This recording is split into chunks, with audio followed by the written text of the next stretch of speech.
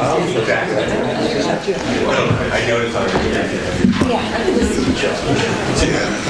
That's what we experienced. They didn't have any problems. They just sort of sailed through, didn't have any study skills. And once they got to college, it was all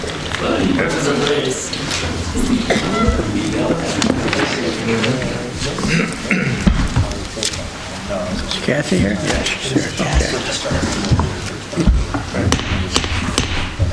So the judge said, good morning, everyone. It's nice to see everybody and the Rogues Gallery there in the back row. All the folks that make this machine run, well-oiled.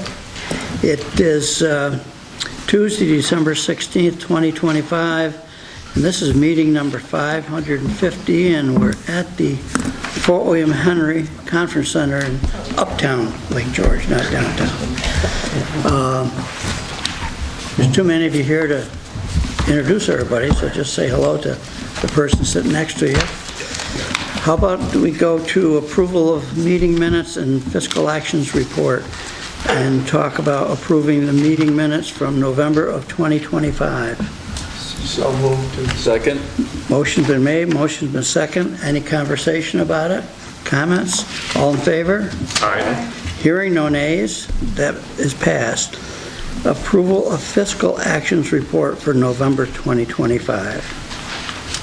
So moved. Moved, seconded, discussion, hearing none, all in favor? Aye. No nays, it's passed. Item 3, project review actions report from Vice Chairman Stanek. Resolution 2025-49, accept project review actions report. Whereas the Commission has received and reviewed the project review actions report prepared by staff and dated December 9, 2025, and whereas the Project Review Committee recommends acceptance of the Project Review Actions Report, now therefore be resolved that the Commission directs that the Project Review Actions Report be incorporated in the minutes of a full Commission meeting. So moved. Second. Motion's made, motion's second. Any comments? Hearing none, all in favor? Aye. Hearing no nays, it's approved. And just for everybody's information, the reason that we act on a project review actions report every month, it allows the commissioners to confirm the activities of the staff in large, so keeps us on a legal basis. We do. Item number 4, we have a guest with us, Charlie Tall, who is the supervisor of the town of Dresden, and he's going to discuss with us the Hewlett Sewer Line Burial Project, which is something that Mr. Tall and the Public Church Park Commission and others have been working on for some time, and it is now totally concluded, I believe. Yes. You want that raised a little bit? Can we'll get our mic raiser there. There we go. All right. So, yes, it is substantially complete, and thanks to you and other supporters, including the LGA. And we learned a lot during this process. Just to give you some review, and Ken mentioned to keep things legal, we learned so much about what we have to do legal when we get money from somebody. The I's being dotted, the T's being crossed almost interfered with the project's completion at times.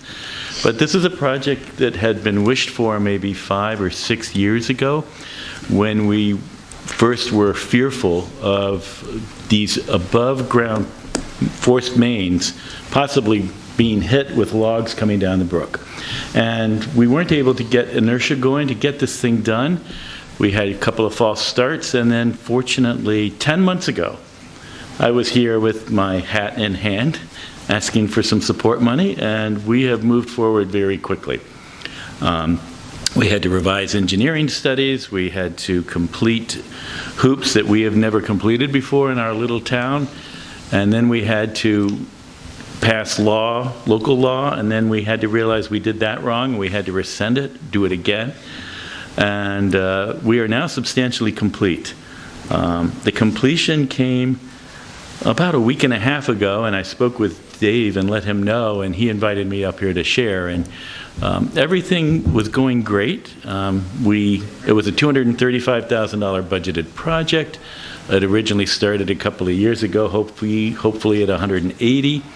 But the project was to not disrupt the stream to bury the pipes. So we decided on a lateral drilling, underground concept instead of shoring up and doing all the hard work, which would be more EPA and DEC issues. And we did test pits on either side of the stream, and they worked great. We could go down 9 feet in the test pits, and that's what we hoped for. We'd meet underneath. So we have an east and a west lateral, and the west lateral, we started on the south side. We went down, and this involved equipment that is massively big for our little town. It's 110,000 pounds of equipment that has to set way back, get the right angle to get under the stream, and it's got these smart heads on it. It's amazing. If you're a geeky engineer kind of guy, it's cool. So we're going under the stream, everything's looking good, and we hit something on the other side just between the stream bed and the test pit. We're through the stream, we're on the other side, but the test pit, of course, is 25 feet away from the stream bank. And we say, oh, it's got to be a boulder. So we back up, change angle, and it turns out it's probably not a boulder. And as we've all hiked, you know that there are places where you've got a stream here and you've got a jut up rock that is this big, but that's what we had. So then we were like, gosh, we just started this. This is going to eat up all the contingency. We're going to be in trouble. We only funded this much amount, and we're going, oh gosh. So we called. The JAT team was very good. They had several options. Some of them would be devastating because we would blow things through, but it would blow up through the stream bed. So we got a local impact hammer to go through this, and that's a whole other piece of equipment. They rented it from another team, and we got through. And I'm going to bring some dried up slurry for you guys and put it in the box. But then that was on the first bore, and we were really worried about, okay, that's good. What about the eastern bore further upstream? Are we going to have the same problem? And that was done while we were waiting to get the heavy equipment for the impacting. But that was fortunate because it kind of went like Dana Carvey used to say about Barbara Streisand's legs. It was butter. So everything is good. We are substantially complete, and it is with great thanks to you all that we are coming in about $7,000 under our budget. It wouldn't have happened without the help of our teammates, and we're very grateful. And that's what I wanted to share with you. So a lot happened in 10 months, and thank you. Any questions? You're welcome. Interesting story. Okay. Somebody, oh, my phone is ringing. I'm sorry. Oh no, someone from the Dresden area told me that that could have been done 10 years ago for $100. Well, we wouldn't have had to cross the I's and dot the T's as well either 10 years ago, and I think... I just kind of smiled at him, and he says, you're so right. He says, well, what, are you an engineer? And I go, no, I don't even want to talk about this. Well, it could have been done overnight. You're right. Oh, look what happened. Yeah, darkness was mentioned. Yes. Well, great. Well, thank you all very much. We're very grateful at Dresden. Thank you for your endeavors and leadership up there. Awesome, yeah. So the supervisor has submitted the $80,000 invoice to us. It was perfect in its composition, so Justin and Kelly are working on getting that squared away. We'll get the town back its money within 30 to 45 days, Charlie, we'll estimate. If not, call the office, somebody will answer. You've got my personal number. Yes. I'll be. Today also will be partially a roast of the, I never thought I'd hear these words, outgoing executive director who has decided there's things in the world more important than us. And I just haven't recovered from that yet. Although I know his wife, so I know he's right. Okay, folks. Presentation, we're going to have to move here physically.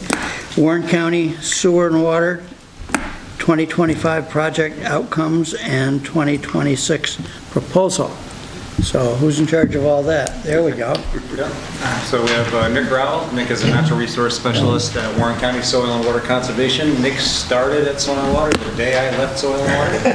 I came here, I hired him, and I left immediately. Turns out Nick has worked out pretty well. He's doing well, and Nick's in charge of a lot of the projects. Apparently he's lasting longer than you are. Doing all right. Yeah, so we've had a few contracts with Soil and Water over the past few years. It's a perfect collaboration. They have skill sets at Soil and Water, they're field-oriented survey design construction. That's not in the commission's expertise, but we have the need and the interest in doing those types of things. So we have an excellent collaboration. So I asked Nick to come and talk about what was accomplished in 2025 and then highlight. We sat down with him, myself, Randy, Justin, Joe, with Nick and Jim and Teresa to talk about 2026 projects. So we think we have a slate of projects that the board would be interested in potentially for this coming year. So thanks, Nick, for coming. Yeah, thanks for the introduction, Dave. And thanks Park Commission Board for having me here today, supporting a lot of these water quality projects. I'd like to thank Dave and the staff as well. You guys are incredible to work with. It's hard to believe we've been working together for almost 14 years now. Been able to accomplish a lot. So this is going to be a quick review. And after today, feel free to reach out to me if you guys would like any additional information on this. We've sent over a report on it, and you'll see there's a lot of other background data that we have on a lot of these projects as well. So I'll quickly go through the 2025 kind of project review. Did a lot of great projects this year and a few programs. So this project was on Horicon Ave in the town of Bolton, just below the Highlands, if you're familiar with that area. It's an area we've worked on, probably over the past decade. Steep slopes, a lot of water, kind of all funneling towards the road. It's a constant maintenance area for the highway department over there. So we've done previous dry wells, catch basins. We've worked with the Highland Association to help them with some stormwater projects up there. Here we are still back there trying to capture as much as we can. So Warren County DPW was able to install a catch basin with a sump as well as a dry well to continue handling this excess stormwater coming down this slope. They installed it, so there's some match in there, but the actual funds for the project costs were just over $12,000. The project turned out really well. And this is one of those projects where when you get excess stormwater in this area, it's not just about treating that stormwater, but it's also about getting that stormwater off the road to reduce the amount of salt that the highway department has to put down on these high maintenance areas. Pan Am Road, so this is a stabilization project following a large storm event. Took a lot of road material and erosion and stormwater runoff and deposited it into this riparian area right alongside a wetland. So we used these funds, partnered with the Lake George Land Conservancy to get this project done with a private contractor. Total cost was just over $5,000 on this. The Bolton Highway Department also assisted with the project and able to get that deposited material removed and kind of reestablish this riparian area as well. Stormwater outfall mapping and sampling. So this has been an excellent program. This is a program that follows the municipal separate storm sewer system. It's a federally mandated program for more urbanized areas around New York State. So Queensbury, City of Glens Falls, Warren County, and parts of those areas, as well as Lake George, town and village, are part of this program. And this is one section of the program where we go out and we inspect outfall locations. So anywhere a stormwater system directly goes into a water body, we inspect those locations, and it's just been amazing what we have found over the years. So when I talked to Dave and the Park Commission staff, I was like, this would be an excellent program. The protocols are all set. We'll take that and apply that to the Lake George watershed. So we've been able to map 182 outfalls over the past few years. This year we inspected 80 outfalls and sampled. So we'll do dry weather inspections as well as wet weather inspections, where if they're running outfalls, we can collect samples and run a number of constituents to see if there's anything illicit getting into that stormwater system. So the last area that needs to be mapped, kind of a slightly dangerous area, is Route 9 in Hague. So we're kind of debating how to do that, whether that would maybe be from a boat or just getting some roadside assistance from DOT or one of the highway departments to allow us to map those areas safely. So that's Jake in there jumping in the water, collecting some samples. So here's the map from this year. In red, the inspected outfalls this year. In green are the newly mapped outfalls. All of these outfalls are actually located online. I'll show you. And anybody can get this link, go in here, look at the outfall data, look at photos of these outfalls, and what we collected on site.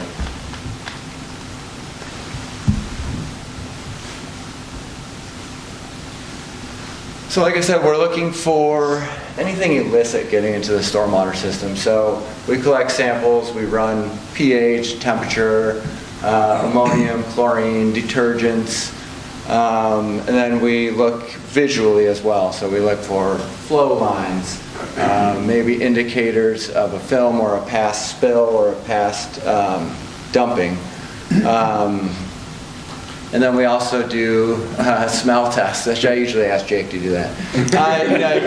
You look for smells of, chlorine from maybe pool water or sewage or like rancid smells or sour smells. Anything that might indicate something you would not want in that stormwater system. So this has been a great program over the years. Outside of the MS4 areas and the Lake George watershed, we haven't found anything too concerning at all. But I could tell you through other MS4 outfall sampling, we've found pond dyes, we've found RV dumpings, we've found where pavement went right over catch basins, and a lot of those oils have gone into stormwater systems. We've found broken septics.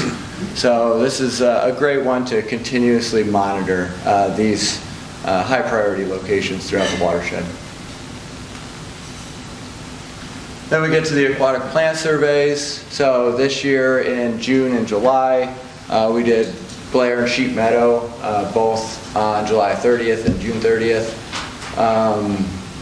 And this is our second year monitoring these locations, but we had been to these spots in previous years. And we also did the $1 Million Beach boat launch area, kind of these high traffic areas where introduction of new invasives as well as monitoring invasives in these kind of high priority locations. So in Blair, in 2024, we did, prior to treatment, we did plant surveys. So in the densest part of these Eurasian water milfoil beds, you're talking 90+% milfoil in these areas, very, very dense. In the densest part of those beds, not outside of them, we were finding, 2 natives in sparse numbers, minor percentages of those natives. Now, late 2025, end of July, doing surveys, we're finding upwards of 6+ natives making up that plant community. So pretty impressive changes. Starting to see the biodiversity come back in. And some of the plants starting to reestablish. So you can see the natives starting to reestablish. Let's see if this works. In this area, so still growing in some of the densest parts of these Eurasian water milfoil beds. Again, when you're talking about areas that were fully covered with a very dense canopy of milfoil, now is opened up, allowing these natives to regrow and reestablish. So you can see in a lot of these areas, the milfoil lines were very defined. So these were some of the dense milfoil areas where you could see the natives starting to grow back in. And outside, that was an edge of one of these very dense milfoil beds. So pretty incredible to see these plants reestablishing, but also just incredible to see how defined these milfoil beds were, looking at kind of densities of milfoil versus the natives just on the outskirts. sheep meadow, very similar findings. We were finding in the densest part of the beds, right around 3 native plants, again, making up a very small percentage of these areas, the majority very dense Eurasian water milfoil. And then following in July 2025, we're finding, upwards of 7 natives, and we were finding other ones. These are just the ones that are more prolific, reestablishing these areas. One of them is, it's called Zostroformes, which is flat stem pondweed. And in sheep meadow especially, it's just been impressive to see this native plant bouncing back rapidly in these areas. So, in some of these areas, it's really growing prolifically. So again, you can see the line right around here, kind of following that log, where outside, or inside, this is where the densest parts of some of these Eurasian water milfoil beds were. So you can see the natives starting to reestablish, and this is what it looks like, kind of the native habitat outside of these beds. Then we got precast porous concrete sidewalk. We've done this with the village for a number of years, Village of Lake George. They do an excellent job. Their DPW has an incredible crew. And so they installed 330 feet of precast porous concrete sidewalk. I think there's a few slabs that still need to go in on Montcalm between some issues that popped up and kind of an early winter, I would say, earlier than what we normally would get. But they're going to get those last few panels in, and this will be buttoned up for the season. So they're also replacing that paved swale over there. About 300 feet of that is going to be into a grass swale now. So not only are you getting porous sidewalk, but you're taking out the impervious swale and putting in grass where it can infiltrate in. Pretty simple fix, but big water quality impacts. And then there were 5 trees that had to be removed here. A couple of them were invasive Norway spruce, or non-native, or not Norway spruce, Norway maples. Some of them were deteriorating. One was slightly too large for a street tree and was starting to deteriorate as well. And we're replacing it with 6 native cultivar trees. So we're kind of upping the tree planting for this area as well. So Lake George DPW, Village DPW has done a great job on these projects. And this, again, is another one of those projects where we always don't get those salt reduction components out of a lot of these projects, and this one has a direct reduction on salt, which is really nice. So even on a sunny day, if it doesn't quite hit that 32 degrees, if the sun hits these areas, it will start to melt that snow and ice, and it will infiltrate in instead of puddling and icing over, which requires more salt and more salt. So nice little benefit of these projects. So that's the sidewalk going in, so it's based in stone. Then you got the slabs, the precast porous sidewalk. And so they've also upsized these sidewalks from, I think they were 3 feet wide to begin with, and now they're 5 feet wide. So better access as well. We got some 2026 proposed projects. So erosion and sediment control supplies. This has been an excellent benefit to a lot of our highway departments. Things pop, those of you who are familiar with construction, usually never goes exactly as planned. So things pop up a lot with our highway departments and our DPWs where they need extra erosion control supplies. Things such as rolled erosion control blankets, silt socks, coir logs made out of coconut fiber, even just straw mulch. So the highway departments have gotten pretty good in Lake George watershed about calling us, hey, soil and water, you got this, you got this. So this has been a really nice addition where we can pre-stock a lot of these supplies for construction season.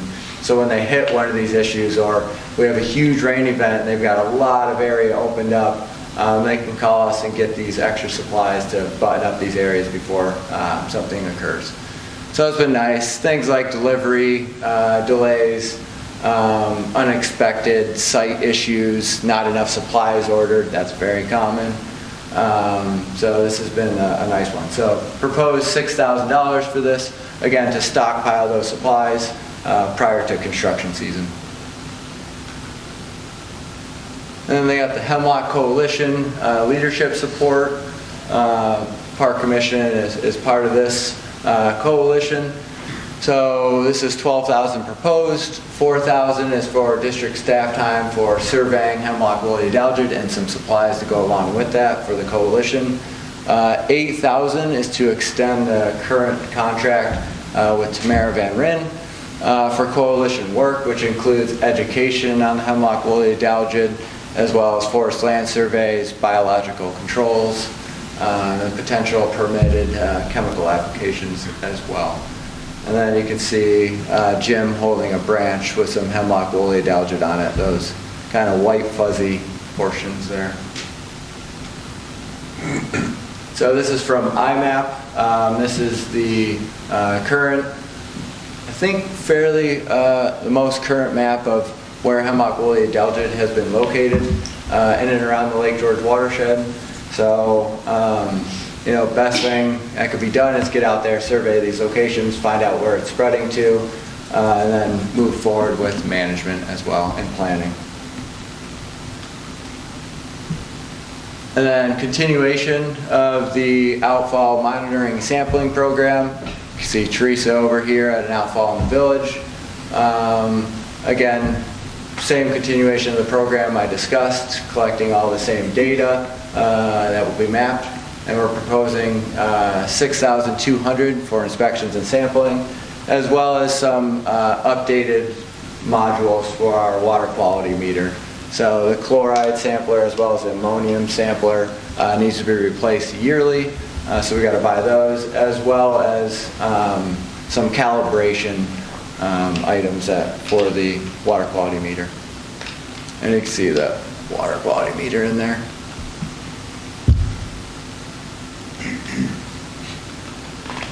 Continuation of the aquatic plant surveys. So after working with the Park Commission this year and discussing plans for 2026, we thought it would be a good idea to start looking at the boat launches, just because they are such high traffic areas, high priority areas. You know, those are the areas that you certainly want to monitor and keep track of. So this year we're going to work with the staff and find out, kind of prioritize these locations, prioritize the amount of time we've got, and see how much we can get done. What's nice is we've also combined this with the Lake Champlain Basin Program grant that our office got. So we talked to the staff over at the Basin Program, and they were like, this is an excellent idea. Monitor these high priority areas, do some aquatic plant surveys.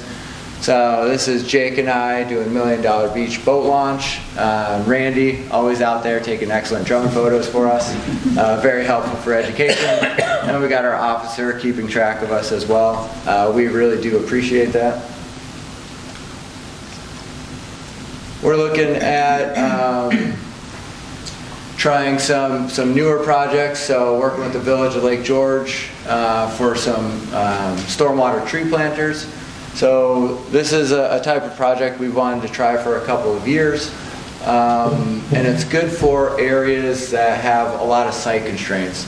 So close to utilities, soils that are poor for infiltration, areas that might have high bedrock or close to groundwater, where you can't do some of those classic stormwater projects, whether that be gray infrastructure or green infrastructure. So we're gonna, we have an engineer on retainer, Swallow Doty and Associates, and we've talked to them about engineering some of these systems for the village, so we can get a handle on how they're installed, why this certain technology might be chosen over other types of tree box designs. So we've got $18,000 proposed for this project. That includes engineering, district staff time, some of these tree box supplies, and then as well as working with the DPW to install more street trees. Street trees come with a ton of stormwater benefits, taking up water, a canopy breaking up those raindrops, providing shade with all of our trout streams in and around Lake George. Thermal pollution from stormwater is a big deal, so the more street trees you can provide, the more canopy cover, the more shade, you can cool that stormwater down. So the village is very on board with this type of work, as well as installing some additional street trees to get those benefits. So culvert design and engineering, this is for a tributary to Westbrook at the Lake George Transfer Station. This has been a culvert that we've had in mind for a very long time. I think the first meeting I had with the village highway department and DPW on this was probably about 8 years ago. So this is a deep culvert. It's going to need a good amount of engineering. It's going to be a big project. But this is at a transition point where village and town are going to have to work together to get this project installed, and they're all on board. So we made sure that we had full support from everybody before we proposed this project, of course. So out of this, we're going to get an engineering design and hopefully be able to move forward after we have a design to either get grant money and try to get this project replaced. So this would be a nice little addition. And we've done a lot of work up at the transfer station. So this is some of the green infrastructure practices we've done with village and town. We've installed hydrodynamic stormwater separators up there. So we're very familiar with this location. And we've also tried to bypass a lot of this stormwater from going down where that culvert is located. It's a very steep slope that already has some continuous erosion going on. Culvert assessments. So we're going to work with the Park Commission team to prioritize some of these areas to do culvert assessments. So a lot of this is, you've got to be NAC certified, which is the North Atlantic Aquatic Connectivity Collaborative, where we're going to assess these culverts, not only structurally, but for aquatic organism passage. Is there dry passage for organisms, as well as can brook trout swim through here and smelt and other fish species as well. So we're going to identify these locations and then go out and do these NAC assessments on these culverts. And then stormwater assessments and retrofit project. So this is something I think we've talked to Dave about for a number of years. We've done a lot of stormwater projects, and not just us, other folks as well, throughout the area in the Lake George watershed. So we're going to develop a GIS database of all of these stormwater projects, or as many as we can possibly get in there, and then prioritize these stormwater projects and go out and inspect them. We'll use the DEC Stormwater Management Practice Maintenance Guide for these inspections. And then after that, we'll kind of prioritize the maintenance and repairs that need to occur to get these stormwater projects back up and running to their full potential. And then we'll prioritize that work with the highway departments and DPWs to get that maintenance completed. So this is actually a bioretention area up beyond the farm that we did with the DPW a number of years ago. Again, thank you for having me today. If there are any questions, I'd be happy to answer them. Good job. Excellent. Thank you. Good. Thanks, Nick.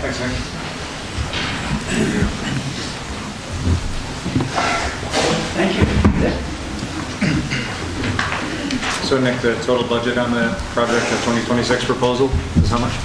Is $103,400. 103,400. You know my rule. So just so the commissioners are aware, our two previous contracts tended to be right around that same ballpark, about $80,000 to $85,000. We have asked them to do some additional work after sitting down with them. There's a few things that jointly we would like to advance, both conceptually on project ideas like the tree boxes, and I think there's a real need and interest in doing stormwater retrofits really throughout the basin. I think Commissioner Jeb had just mentioned yesterday, hey, let's make sure that we're taking a broad look across the basin. And so we are doing that not only with Warren County Soil and Water, that we do it very actively with, but we've been in contact certainly with Washington County and Alice up in Essex County. And Randy has a lot of background in this space, which is great. He and I used to work together for years. When he was at LGA, I was at Soil and Water. That was a previous generation. I think we're ready to take that more detailed look this time, and we're going to definitely do it with Warren County, and we want to sit down with the two other organizations as well. So there is a proposal and resolution in front of you. Do you have it to read, Joe? Yep. Resolution 2025-50, Warren County Soil and Water Conservation District. Whereas the Lake George Park Commission finds it in the interest of protecting Lake George to contract with Warren County Soil and Water Conservation District to identify potential sources of pollution to the lake and to take proactive measures to minimize these inputs. And whereas Soil and Water Conservation District undertook and completed work towards this cause in year 2025 and has identified additional project work that the Commission sees as important to protecting and improving Lake George water quality for the year of 2026. And whereas the Commission has reviewed the project review proposal from Warren County Soil and Water for the 2026 and finds the proposal to be cost effective and the project listed to be important to undertake this fiscal year.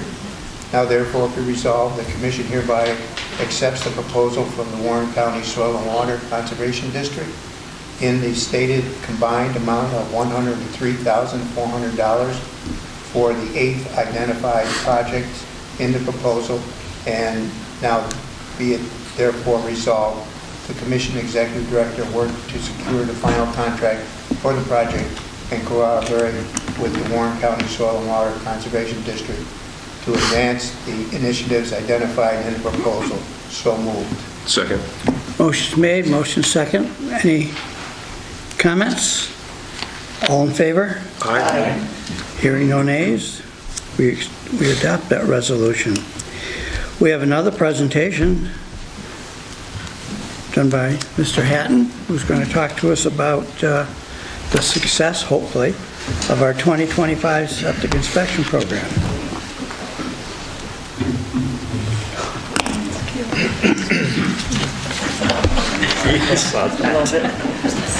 Smaller than it started.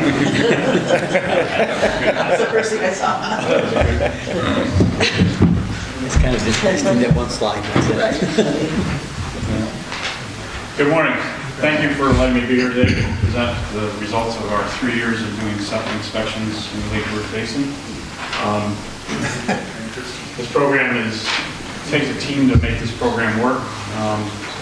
Dave has been great with his leadership in getting this program off the ground, and I want to publicly thank him for inviting me in the gym to come work for him. It's been a great retirement job. I couldn't ask for a better retirement, but I love the job I do. So, you know, I look at crap all day. But these are all the partners it takes to make this program work, from the entire office staff to Marine Patrol providing transportation out to the islands and remote places, the engineers that design all the new replacement systems, municipalities who have the approval process for new replacement systems, and the septic haulers who do the pump outs and also do a lot of repairs to existing septic systems.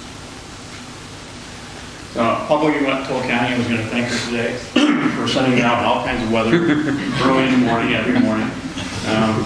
This was one I did a couple weeks ago up in Hague. It was 6 degrees when we started the inspection. Presents some challenges, but we still get through it. So this is what the program has looked for the last 3 years. I do the majority of the inspections. Ben helps out where I can't be there, and then Justin and Dave actually fill in too. So we got 4 of us that primarily go out and do inspections. We did 320 this year compared to other years, a little less than last year, but it's pretty consistent, as you can see by the graph in the lower left column. So far we've identified 115 enhanced treatment units, which are advanced treatment units taking place at the septic tank. There are a lot of local inspections that are done for property transfers and also new systems that are installed. So we identified 125 to date. And then we've had, last year we started a new category of self-reported failure or substandard, where people could call up, say, hey, we know our system's not going to pass the inspection. So we're looking to upgrade. So we ask them kind of get an idea what they have, and they go into one or two categories. And that was 67 over the past 2 years that we've identified. So right now we've accounted for 1,275 systems that we've inspected, but we're only halfway through the program. So, Joe, you have anything you want to add to that? Yes. No, I was looking at the data, it's just surprising at how consistent, we are year to year, and especially with the results as Dave gets into those. What's the total number? 1275. No, Yeah. available total number, Oh, about Got that number. 2,500. 2,500. So, and again, thanks for Joe putting together all these stats too. He's much better at Excel than I am. So, so this year we identified, out of the 8 systems we inspected, we identified 40% passed, 20% needed repair, 16 were substandard, which meant that they might have a functioning septic system, but a component of either a septic tank or a leach field, or both, are not up to today's standards and they have to upgrade. Failed systems generally include cesspools, metal tanks. I found 3 broken septic tanks this year, which I was surprised it's the most I found in 1 year. Sewage backup into the septic tank, the distribution boxes or seepage pits also constitutes a failure and requires a full replacement. So interesting stats out of that that we took away from this is that we start out with 40% passed, but with repairs, we really get that up to 60% for the entire year. So we actually improved that category by 20%. And then we have 22%, which are simple repairs. Generally, it's just a matter of when the septic haulers can get out there and fix the systems and get them back up to snuff so we can issue a satisfactory letter for those inspections. So the program is having a lot of benefits to septic systems around the lake. If you look at the last 3 years, passed has been 60% versus 39% initial not passing. 5% needed repair after we did the issued letters from 22%. Substandard went from 18 to 16, from 16% to 18%. Generally meaning if they had an issue they still had to deal with, but we were able to do something. And we took 23% of the failed systems and got them down to 17% through a lot of people being proactive and identifying this before we even do our inspection. One of the things I was surprised to find this year was I had an ETU in the lower left there that had been installed about 15 years ago and never been serviced, and we found out it was dumping raw sewage right into the leach field. So this inspection program made sure that ETU was being fixed and operating properly when we were done. So this just shows the past repairs, substandard, and failure categories over the last 3 years, and you get, as Joe mentioned, it's pretty consistent. So it really hasn't changed over. We did have less failures this year, but other than that, it's pretty well stayed consistent over the last 3 years. New systems constructed since 2021, when we started tracking new systems being built in the park, has gone up to 65 for 2025, and you can see it's increased every year, and I expect that number will go up next year as well. So we are seeing a lot of new systems installed because of this program and people being proactive, knowing their inspection is coming, and they're being proactive and getting it done before we get there. So we're halfway to the finish line. We've got 971 complete inspections, 1,275 systems were identified out of 2,470, Ken, to answer your question. So we're 52% there.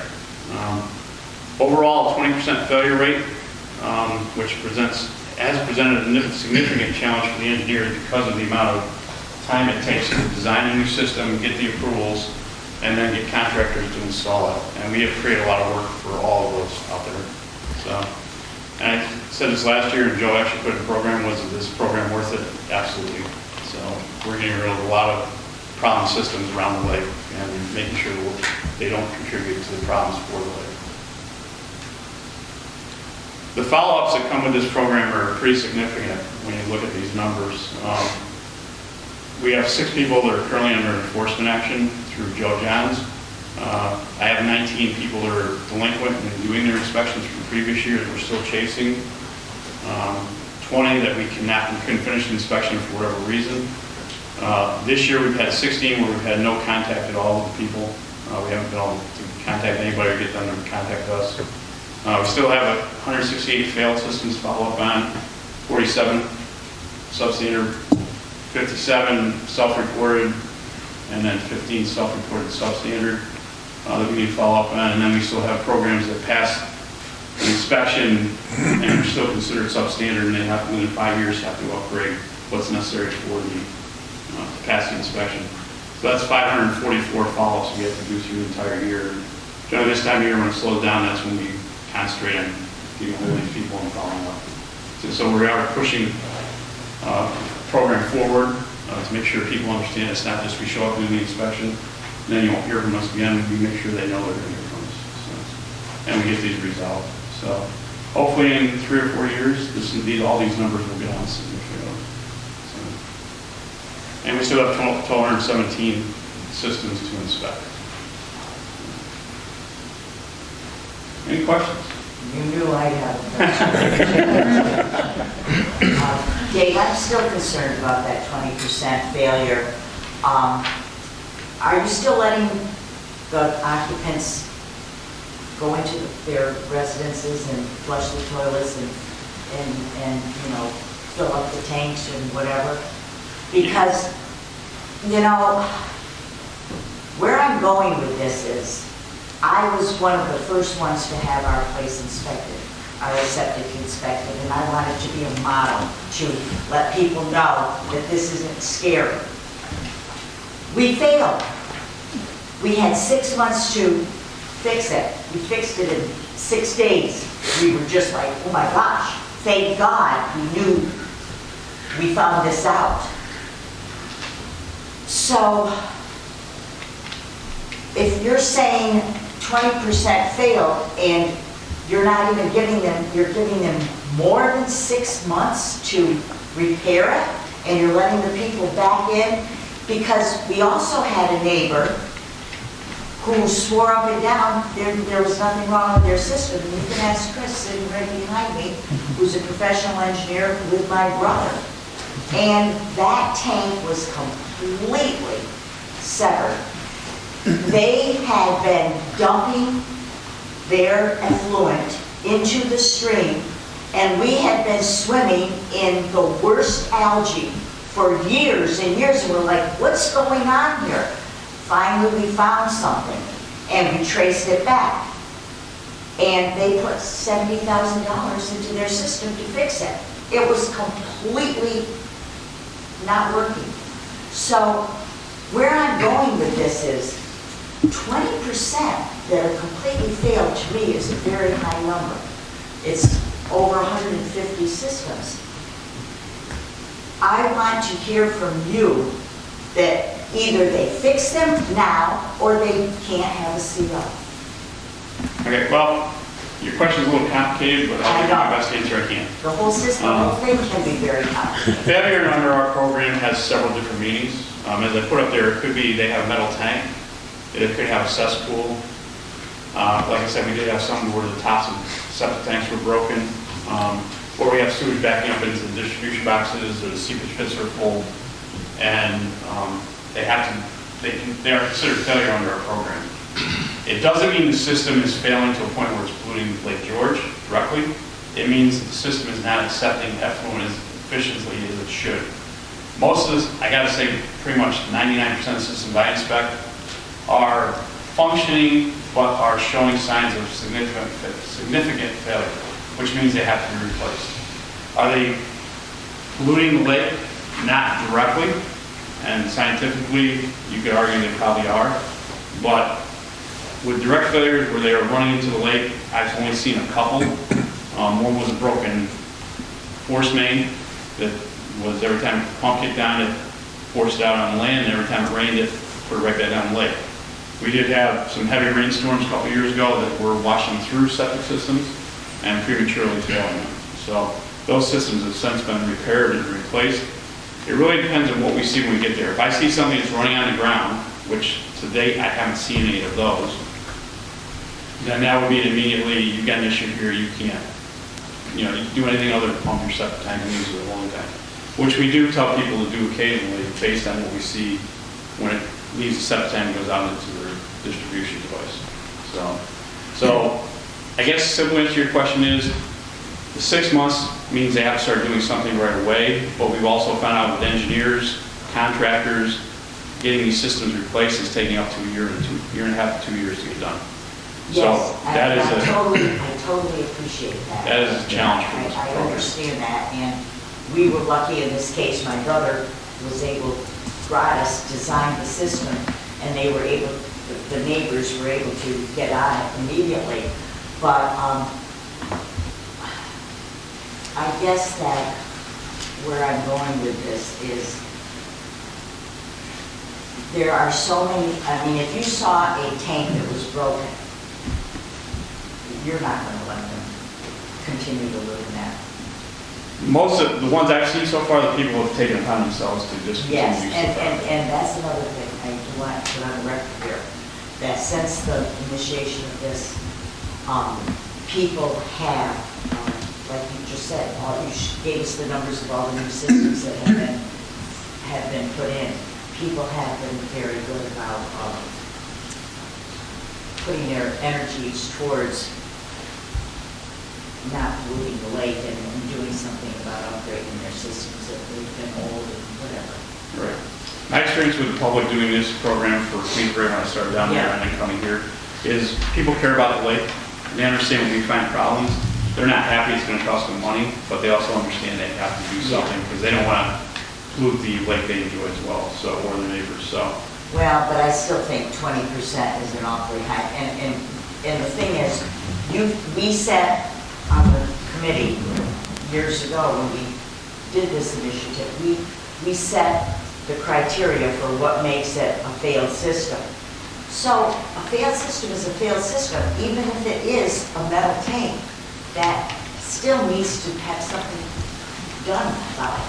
Kathy, remember that 20% is a lot better than 50%. Well, and the trend has been downward since we started. You know, it was like 40% the first year, and then I believe, and then it starts coming down. Yeah, it's come down every year. People become aware of the whole Well, that's why process, those people and they're have been acting taking- ahead of time. I think the They've been residential, taking the initiative to upgrade their systems before we get there.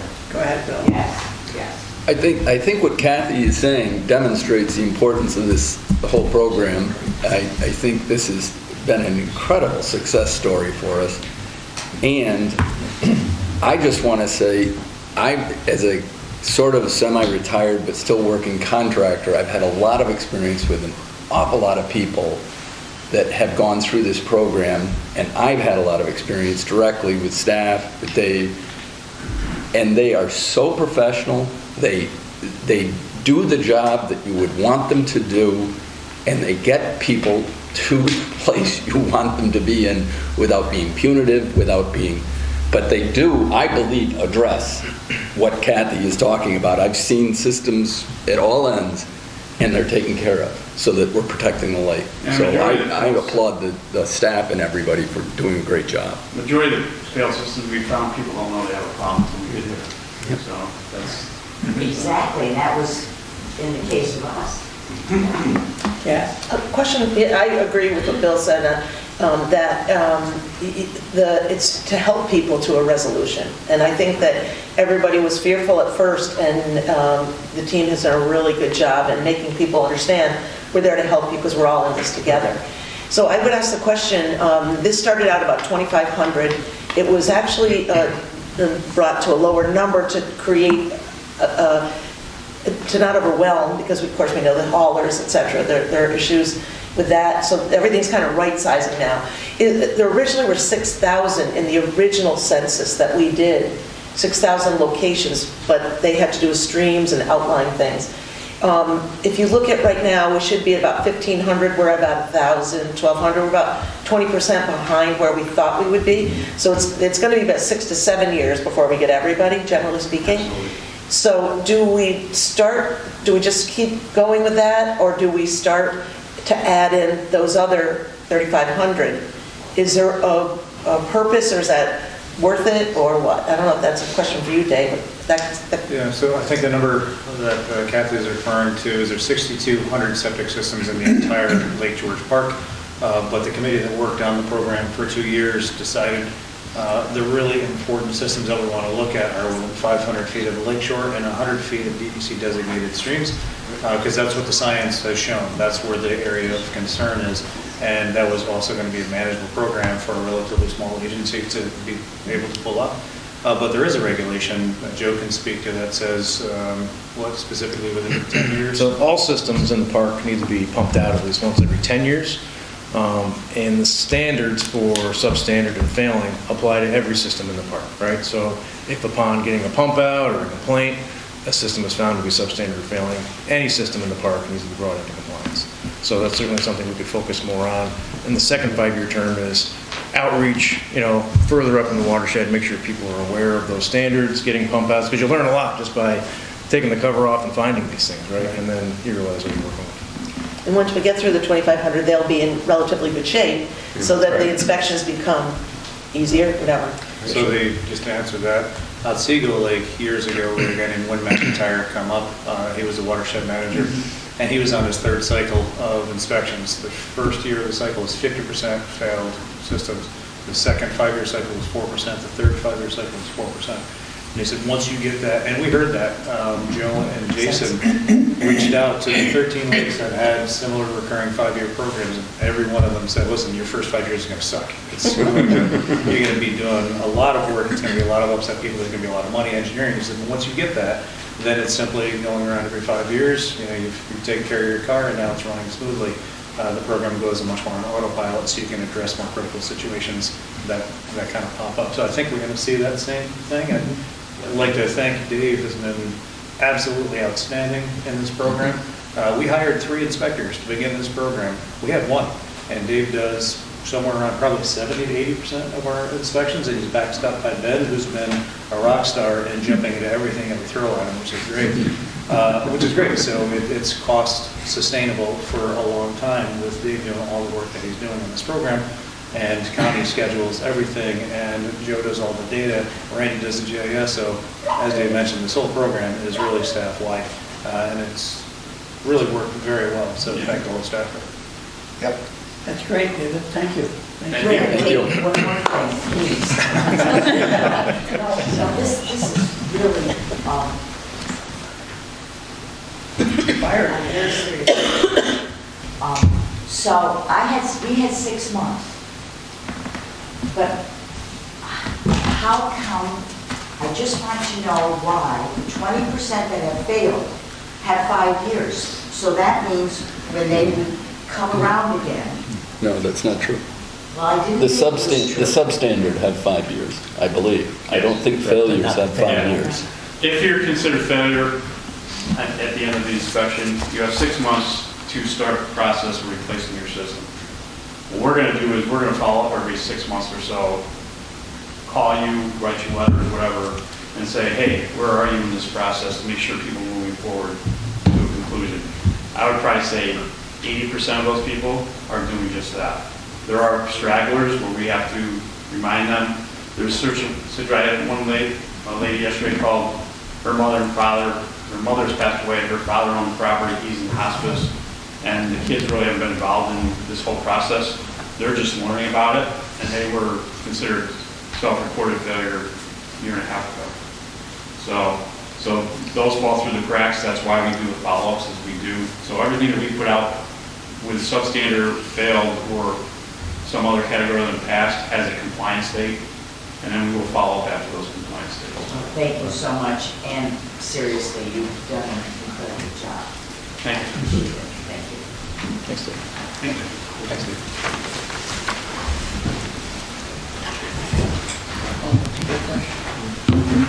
Dave, are we, sure, tell what you just said.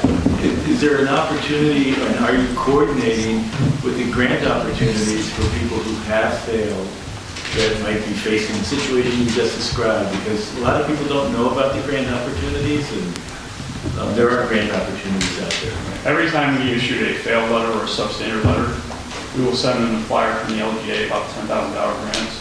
And also, we have what we call our Next Steps flyer, which outlines contact information for Warren County, Washington County, and Essex County, if there's grant money available for the counties as well. Good. Let us send out every time. Okay, thank you, Dave. You're welcome. Thank you. This is like the moderator on the TV show that's sitting in the back, you're not surprised. We now have a presentation by Joe Tooman, our Deputy Director, about the Lake George Park Commission Lake Conservation Program. Excellent. Thank you. Good morning, everybody, and happy holidays. I have the fun and unique pleasure of kind of going through the Commission's greatest hits of the last 14 years. Sounds a little bit like a holiday playlist, but it's got less Bing Crosby and more regulations. As an agency, we don't get to do this very often, right? Agencies tend to be more forward-focused, right? Trying to anticipate and respond to the needs of the community so we can best protect Lake George. However, moments like these, the end of a calendar year, important milestones like Dave's retirement, it's important to reflect on what we've done, right? The challenges we've overcome together and the successes that we've shared. And these successes are shared with our partner organizations and with those who came before us on the commission. And so that'll be mindful. I will be mindful of that as we talk about this today. There's just so much collaboration since Dave's come on board, and that's really something that sticks out when we look at all the accomplishments over the last few years.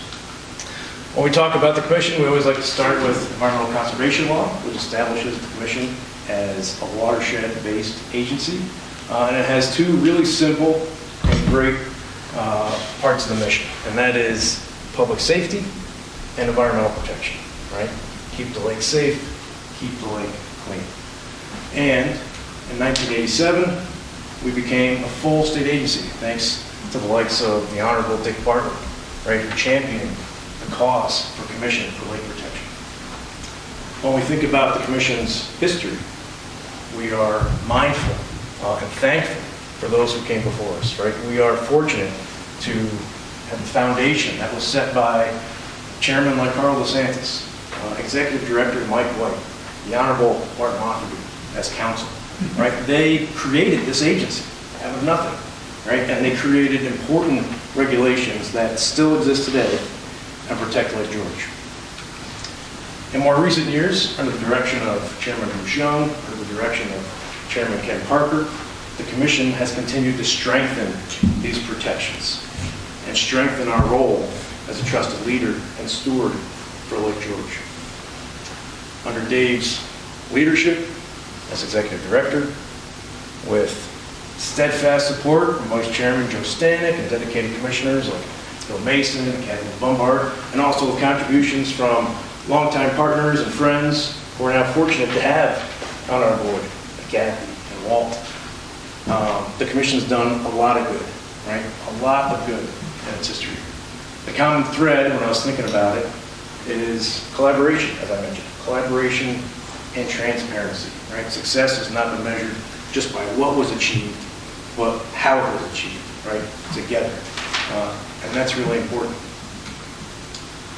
So I'll get into some of the initiatives. I can think of 16. I'm sure I'm missing some, but this should get us to lunch. There's three main categories: operations, public safety, environmental protection. Every agency needs a roof over its head. And we were getting to the point where our roof was getting a little leaky, the holes were getting a little pokey, and we had some snakes and bees and other things that were working alongside us. And we're fortunate to get a new building, right? And of course, that doesn't happen overnight. It happens with the work of Chairman Bruce Young, Chairman Parker, and Dave, looking for a source of funding from our friends at Albany, and collaborating with DEC and the Lake George Alliance, right, to create a new dual-use building, right, that will house not only Commission staff well into the future, but to welcome visitors to this area and celebrate the historical significance of this important area. We had a fee adjustment in 2017. Right, the Commission is supported almost entirely by user fees, right, dock owners, boat owners, and that covers all of our operational costs. In 2017, working with local municipalities, the supervisors, marinas, the Commission was able to increase its fees to stay in the black. Now, we increased the fees by 30%. We've got roughly 15,000 boaters every year. We've got, 3,000 dock owners. At the public hearing, can you guess how many public comments there were, people standing up? Goose egg. Not a single person, 15,000 voters. We received one public comment in writing, and it was in support, written by Frank Barolo, one of our local marinas, right? That's success, right? That's the success of collaboration, right? The community understood, right? They understood the numbers, they understood the meaning, right? And that's sort of the power of collaboration, and this is a great example. Other initiatives, public safety.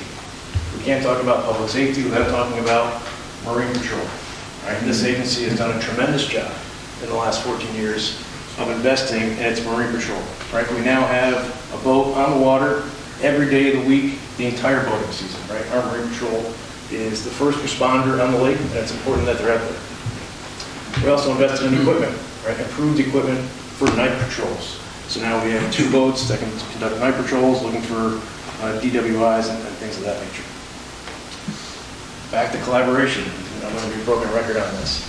Our Marine Patrol officers, Lieutenant Joe Johns, Sergeant Angelo Paccioni, who's in the back, have fostered a great relationship with the Office of Parks, right? Our staff is elite. Marine Patrol is elite, and they provide training to other law enforcement agencies from across the state for parks. In response, we're the beneficiaries of the generosity of parks. We have 5 of our vessels, 5 to 9 vessels were given to us by the Office of Parks, which is incredible. These are so expensive, right? So we have top-of-the-line equipment and allows the agency to spend money on other important initiatives, other environmental initiatives. So again, great collaboration, great initiative by the staff to keep this kind of thing going. In 2025, a new collaboration. In the wake of some issues with non-motorized boats, kayakers getting in conflict with big tour boats, the village and the town decided to chip in extra money toward Marine Patrol to have an extra vessel dedicated solely to the village.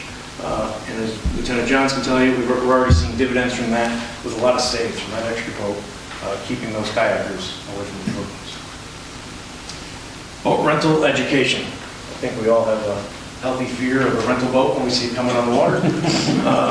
The commission recognized this and partnered up with the Eastern Marine Trades and a local marina and our friends at the Lake George Association to create a boater education video. It's about 6 minutes, and every single boater on Lake George that rents a boat has to watch this video before they rent the boat, right? Just kind of raising the floor and making sure, all right, stay between the green and the red. There are 5-mile-an-hour zones, right? This is important, right? Because we want people to come here. We want them to have a good time, but we also need them to be safe. A lot of times boat rentals, they're new to the lake. They're certainly new to the vessels they're using. So this was a great collaborative effort to increase public safety. Parasail safety. In 2020, the commission looked at current best management practices for parasail. Again, we want people to come to Lake George. We want them to have a great time, and we want to have the safest operations possible. So the board looked at wind speed and its impact on parasail, looked at best management practices across the industry, and also sat down with the local parasail operators themselves, who individually had great, best management practices that we kind of talked about, and came up with a list of practices that both operations would adopt, so we would have the very best, safest operations possible.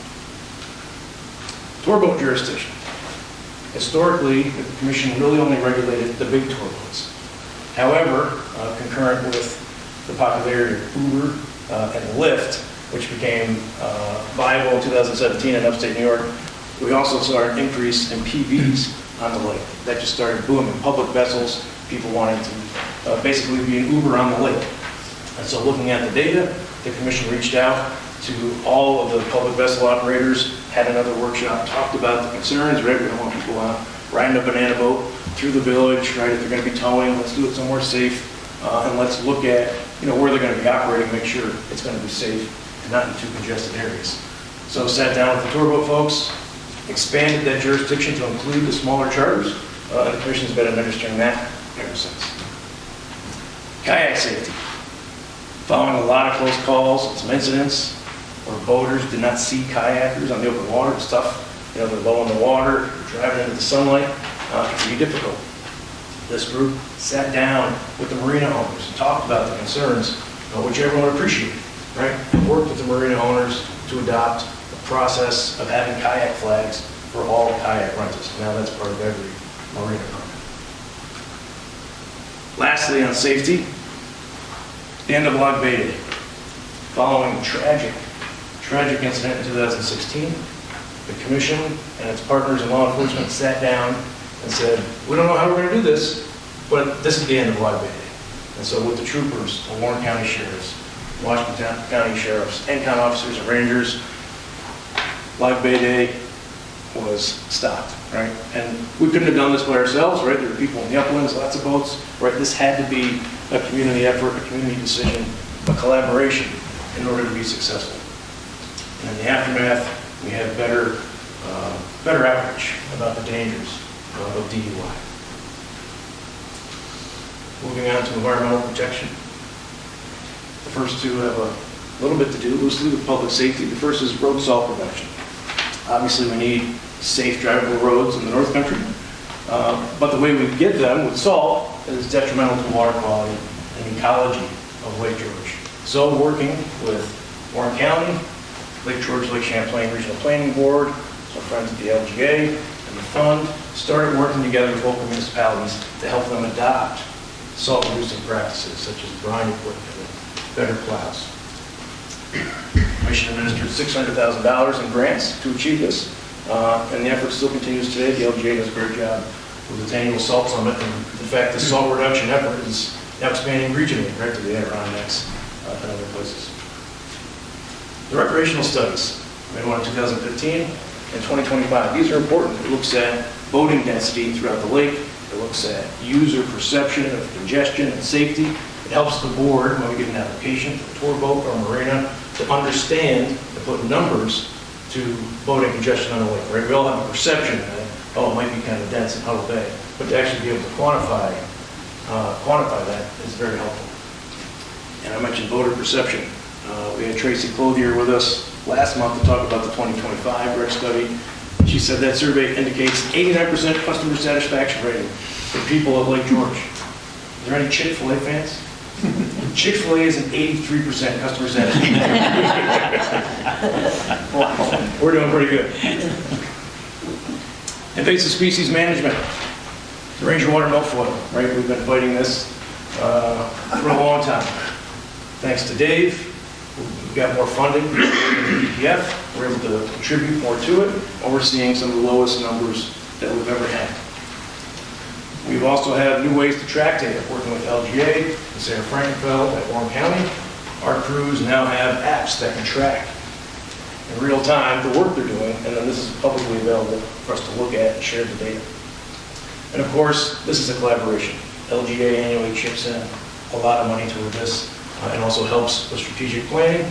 But DPWs, the towns of Hague and Dresden, actually allow us to park our trailers on their property, and they dump them for us when they're full of milfoil, which just amazes me. DEC allows us to keep trailers on their property. Some of the marinas do as well. So again, the community understanding the need and collaborating for success. Unlockably Diligent is an alphabet soup effort. DEC, APIP, the Land Conservancy, LGA, the Planning Board, Warren County Soil and Water, Washington County Soil and Water, and Cornell all pile into our office about every 2 months. And they talk about how can we fund, how can we survey, how can we treat this new invasive species in the upland. Again, working as a team. Asian clam. Every year we have an Asian clam survey with our partners. You can see, found a nice slide of Joe standing here in a short wetsuit. I'm sure he would still look that good today in that wetsuit. Dahlia, how old's Dahlia? Maybe 8? Maybe 8. Yeah. We've been doing this a long time. Look, there's a clean-shaven Nick. I don't even think you could grow a beard back then. But that's a great opportunity for us to meet with our partners. Some of the same partners that helped us try to manage Asian clam when I first showed up. But every year we get together, we're on the boat, we're talking about lake topics, and we're doing it together. Dan Stack joined us this morning. Every year is on the Asian clam survey. And he picks the worst days. Sorry about that, Dan. But it's just a great opportunity to get together, talk about the lake, and talk about protection. The other good thing that came out of the Asian clam invasion was the boat inspection program, right? And this, in my mind, is hands down one of the most incredible things that I've done in the last 14 years, right? This is probably one of the toughest boat inspection programs east of the Mississippi, right outside of Tahoe. All around the lake, we're in private launches, public launches. We've got 40 to 50 staff, and it's funded half by the municipalities and half by the state, right? Just an acknowledgement that this is so important, that municipalities are funding this state program. And here's a great picture of Mayor Blaze handing Dave one of the first checks. I think a little bit more on top back there, so but it's incredible, right? No cost to voters and no new invasives since the program went in place, which is absolutely incredible and a testament to guys like Justin and Ben and the dedicated staff that look at every single boat that goes into this lake. It's just incredible. Stormwater regulations. Again, outreach with the municipalities. Some of the municipalities administer our stormwater regulations, so it's really important that they're on board.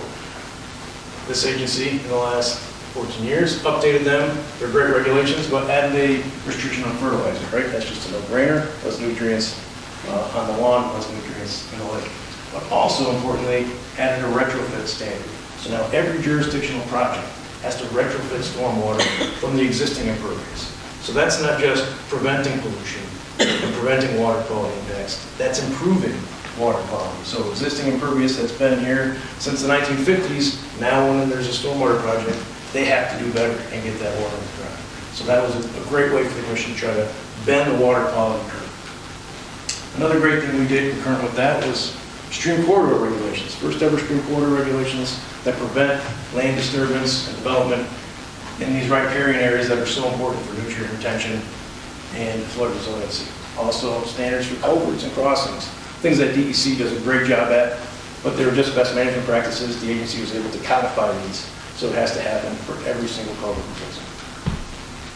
Septic inspections, Dave talked about the septic inspection program, right? Again, this was under the leadership of Parker, Dave, many of our board members and partners that are now on the board, right? This was just a master class in planning and collaboration, right? Just being honest and saying, we have a problem, folks, what should we do? And it was DEC, and DOH, and local engineers, and planners, and not-for-profits, putting their heads together and saying, how can we make this better? And came up with this great inspection program, which we just heard about, and again, similar to retrofits, not just preventing pollution, but improving water quality, right? We're fixing problems that have been there for a long time. Lastly, EPF. We've been very fortunate, thanks to the leadership of our chairman and from Dave, to get more EPF funding, which allows us to not only do boat inspection program and raise water and oil, but allows us to put money into other proactive projects, again, to bend that curve and do better for water quality. So, municipal projects, municipal retrofits, a lot of the stuff that we talked about earlier, outfall mapping and sampling. We've put money into septic receiving studies to make sure that our wastewater program, right, at the end of the day, those haulers have a place to go, and that septic is going to be received. We have a DFWI algae study looking at potential nutrient sources. We had a pipe burial in Dresden trying to help a local municipality do the right thing and prevent the wastewater issue. So all these wonderful things. It's really a lot. It's incredible. It's about 30 years worth of work there, 14 years. Dave mentioned recently that the Park Commission and its protections for Lake George are stronger now than ever. And looking back at the history and all the good that's been done, what this board has done in the last 14 years, that is absolutely true. And importantly, along the topic of collaboration, he noted the strength comes from the people, right? Those people who want to make Lake George cleaner and safer, right? And that's exactly what it is, right? It's thanks to the collaboration with the other law enforcement agencies, with municipalities, with our partners, and individuals, right? Just people that want to do the right thing on the ground. So as I began, we'll close by, thanking our partners, those organizations, those individuals that share in our commitment to protection. We'll contribute to those that came before us, the board members and the staff members that worked before us, served before us, as well as alongside us. And of course, we thank the commission, the board members, the leadership, the energy, and the accomplishments not only of the board, but certainly of our retiring Dave Wick, who's done just an outstanding, incredible job of forwarding these issues and doing it as a community and involving others in the protection of Lake George. So with that, I thank you and congratulations.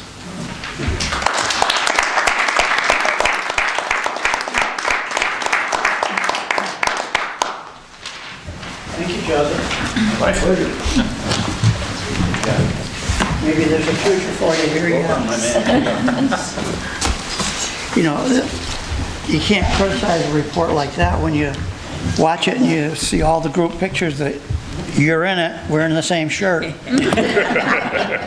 I've been here since 2006, and I'm wondering just when I did buy that blue shirt. As we go further, there's always people of importance, but today we have Senator Steck here, who has been a good friend of ours forever. I go back probably farther than anybody with you, as a neighbor and a friend, and your mom and dad. And feel free to make a campaign speech if you want. Be careful making that offer. Good morning. This is my first Lake George Park Commission that I've been to in a long time. In fact, I can't remember, haven't been to another one. My mindset, I like to stay in my lane, hands off. I don't want your applicants calling me, telling me, hey, you know, that's how it works, right? They do every once in a blue moon, and we always politely, you know, try to, you know, let you do your job.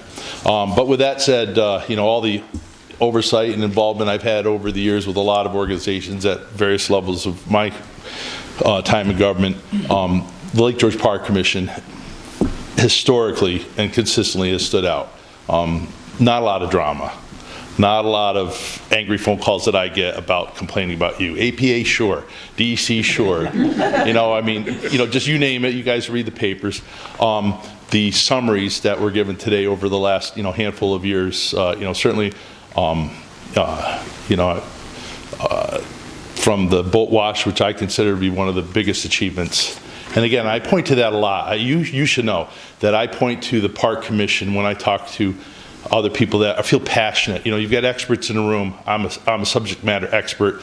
If the state would only listen to me and do this because I know the science or I know the math or I know the history or whatever it is, you know, and that's often true, but that isn't necessarily how we get to A to B. You want to bring people along. You want, whenever possible, to have consensus and buy-in, because while it might be slower and less efficient and maybe less perfect than somebody coming in heavy-handed and saying we're going to do this. And not that there's never a time for that, but you know, I think that the boat wash, I point to that a lot where I say, look, that took a year or two longer than maybe some of the advocates wanted, and they, not saying they weren't right, but you know what, it was worth, in my opinion, the lost year or two of, geez, you know, if we landed where I told you we were going to land, but you know what, you had every local municipality on the lake in support. You had the business community in support. You had the residents support.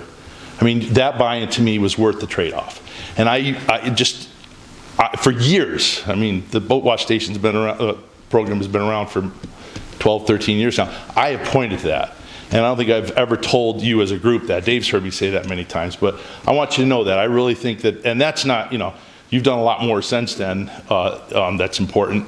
I've enjoyed my relationship with all of you. Ken, you're right, we go back a long time. My mom and dad are good. They'd want me to say hello to you today. And Dave and I have been friends for a long time, and you know, if there's another organization that I think I hold in similar high esteem to the Park Commission, it's the Soil and Water Conservation District in Warren County. And again, no surprise to me or probably anyone here that Dave had a hand in both of those. But common sense approach, polite approach, you know, affable and, you know, consistent, but, you know, just focusing on what's important, not losing the plot, getting results, you know, and you know, I'm here today because today's Dave's last hearing. So that's why I'm here, you know. But I want to compliment the group and the work that you do. It's hard to keep everybody happy when you've got environmental and financial and property rights issues all in the mix at the same time. You know, you're trying to thread that needle, and you know, when you try to make everybody happy, a lot of times you don't make anybody happy. No one's complaining to me about the Park Commission, so I think you've earned a wonderful reputation in the area. I think that's a credit to all of you. But today, you know, today's Dave's day. This is the one day in Dave's life that I'm only going to say nice things about him.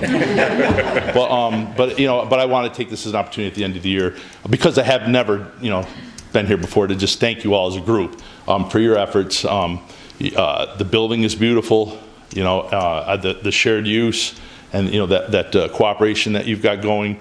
Not surprising. Again, it's just a continuation of who you are and what you've all done.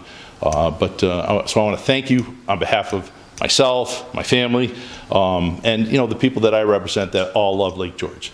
And Dave, congratulations to you on a wonderful career of public service. I cherish our friendship, and it's really been a privilege to work with you, and I wish you nothing but the best going forward. More time for volleyball, beer drinking, a little bit of travel, and probably some camping, so that's good for you, and maybe I'll do some of that, so not the volleyball. But. All right, anyways, but any questions for me while you got me here? They don't let me carry the state checkbook, so I can't give you any money today. But it's fun to cheer for the things that you guys are all advocating for, and the initiatives that you talked about going forward. Dave Hatton, I don't know if the word pleasure would be a word that I use, but I worked with Dave a long time at the town. He says I've seen him come and I've seen him go, and I was a supervisor for 9 years, and damn it, he was still right. He did tell me a few months ago when I ran into him that he loved his retirement job, and he's a dog with a bone, as you all know now, but I knew that before, and that's probably the politest way to put his tenacity. But I am concerned with the ones that you're having a hard time hunting down. I mean, just the nature of that is those are where your problems are. The ones that know they got a problem, that aren't answering the phone. I would chew on them. But Kathy, I agree with you. 20%, of 2,500, that's 500 question marks. So I like that Dave said, it made me feel better. But I had the same question. That doesn't mean that 500 of them are pumping stuff in there, but there's 500 of them that they need to be fixed. You got to stay on them. That balancing act. I got a lot of poor communities and people that don't have a lot of money that will scratch their head and saying grant money for lake owners. But it's you got to do what you got to do. But the ones that are going to hide from you, I would be relentless chasing on them. So, because I would suspect that you got problems there. That's just human nature. But Dave, congratulations. Thanks for having me, and I'll go sit down now. No campaign speeches. Next year. Thanks. Thank you very much. There's one other person in this room who's more important than he is. David's wife is here. And when we're done with him, you can take him home. That'll be sometime later today. We've come to, what time is it anyways? We got to hurry up. Now we're dragging it out. Now we got to race. We're getting to a resolution that I never thought I would have to have read. Today David has decided to retire. In my short, long life, as a kid growing up in South Corinth, somehow I learned a way to modest success is to surround yourself with people that are much smarter than you are. And I've successfully done that a number of times in my lifetime, and this guy is one of them. I cry at funerals, weddings, and resolutions. David's just made my job almost non-existent because, and I say that facetiously, because whenever I've needed something, whenever I want to know something, whenever something needs to be done, I've always been smart enough to ask him. As you saw today, was I going to introduce a subject, 5 words from Ken, or 50 words from Dave with the real truth? And that's what his heir apparent, who's in this room this morning, is going to be able to do also. I have full confidence in Joe. But Joe Stanek, you wanted to say a couple of remarks before you read the resolution. Right. Before we read the resolution, I'd like to offer a few personal comments. I've known Dave for over 25 years, since at least 10 years before he was appointed to the Lake George Park Commission. The resolution speaks to many of Dave's accomplishments.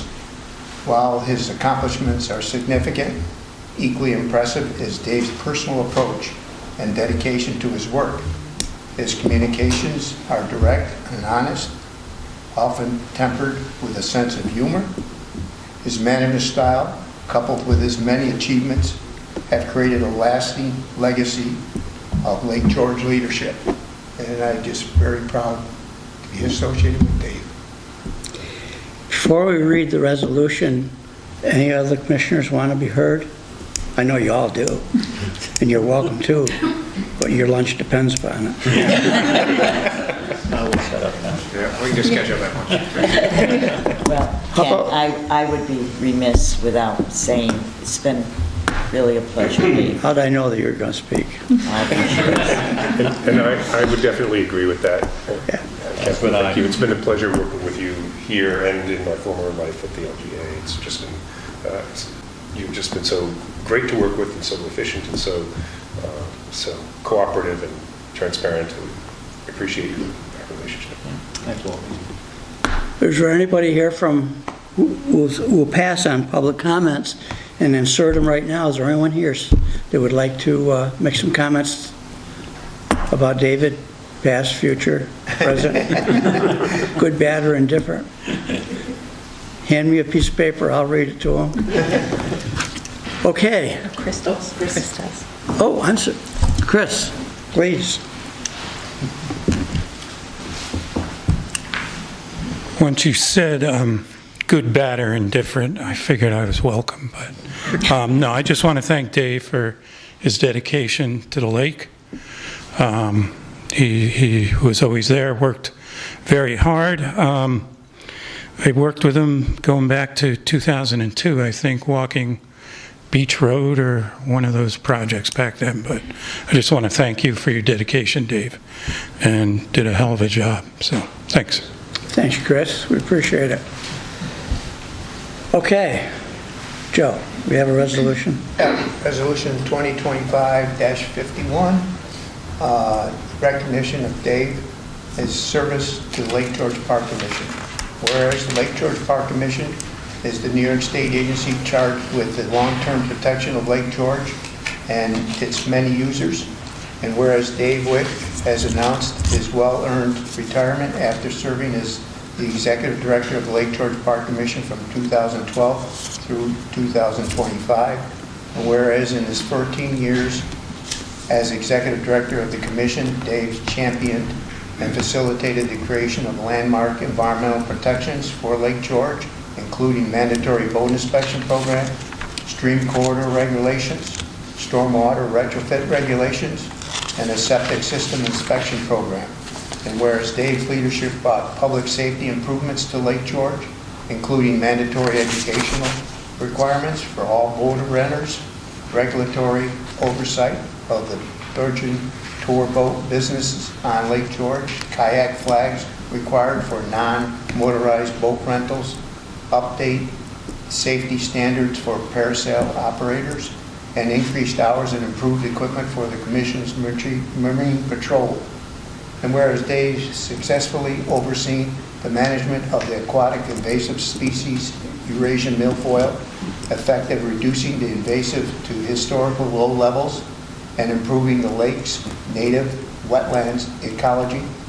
And whereas through his leadership, Dave facilitated the construction of a new dual-use Lake George Park Commission office and battlefield visitors center, which will serve to house the Commission staff and celebrate the lake's storied history for years to come. And whereas in all of his work, Dave's affable, optimistic, and relentless spirit have fostered unparalleled partnerships, friendships, and a volunteer following that has benefited Lake George and the surrounding region beyond measure.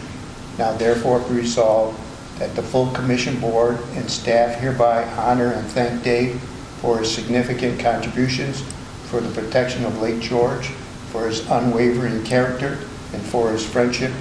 And now be it resolved that Dave's leadership shall be honored as a model for collaboration for the betterment of our communities and natural resources we treasure. So moved. Second. Motion's made, motion second. There is no discussion. All in favor? Aye. And no, is that 100% for today? I hope so. I mean, Dave hopes so. I mean, I didn't require any legal counsel during the meeting. We haven't adjourned yet. Yes, we have. Motion? We have a motion, we have a second. Motion to adjourn. No, No, wait. Hold it. Well, Hold on. oh, I'm sorry. Jumping the gun. Step right up there, young man. We have some sort of a gift of recognition for all the hours. Thank you. This is our picture of Dave on the lake. All of the marks are him. On that mark. And, Excuse me, go ahead, Tony. And again. I can grab you. Photoshop. There you go, David. We're in good health.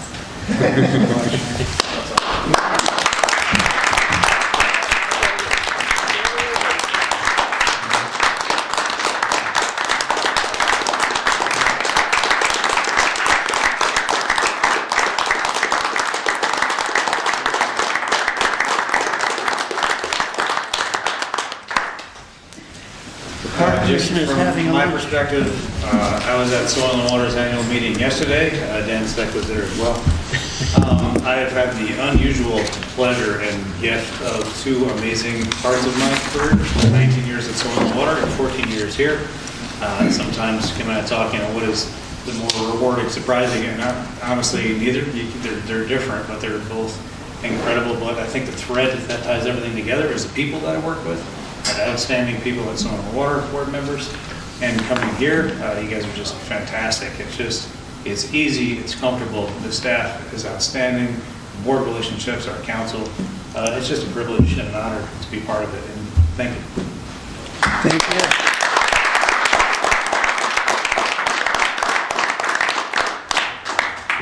you. Prior to my hereby perfect record I just destroyed because we didn't adopt the Law Enforcement Committee report. And Kath, in your absence, I will do it. We're sorry you weren't here this morning. I appreciate it, Ken. We did have a Law Enforcement Committee meeting this morning at 9:30 a.m. And a couple of things that we did was we learned that all boats are out of the water for the season. So stay away from the water, folks. And Joe is taking care of the equipment replacement, repair, upgrading. Let you know that the Marine Patrol participated on December 12th, Henry Knox 250th anniversary of Noble Train Artillery at Lake George, which I don't have to explain what that is to everybody because it's so important to this region, what Henry Knox did 250 years ago. We received a $6,500 donation for the patrol, which we'll use in the patrol on boat needs from the Napa State. And we've lost one officer this year because Scotty Anderson got chosen to be the replacement town judge, and he can't be a patrol officer and a judge too. So he'll be sorely missed. And with that, I guess I have to ask for a resolution. That is the resolution number 2025-53. I make a motion it be accepted. Yes. Seconded. Any discussion? Hearing none. That is passed. All in favor? Aye. So close, Ken. You were almost there. Keep him on track. That's just the perfect way to go out. Ken, it was close. So never for you. Almost me. You got to forgive me. I'm a man with 12 grandchildren and 14 great-grandchildren. So I make a lot of mistakes, and somebody said, do you know all their names and dates of birth? And I said, no, I know all their names, and I recognize them when I see them. And my wife knows their dates of birth. So we're going to get through this somehow today. Are there any public comments? Hearing none. Move to adjourn. I heard it. Second. I accepted it. All in favor? Aye. Carried. Till next year. Same time, same place. With the full board. And the staff. And the staff. And staff. No. Yes, you.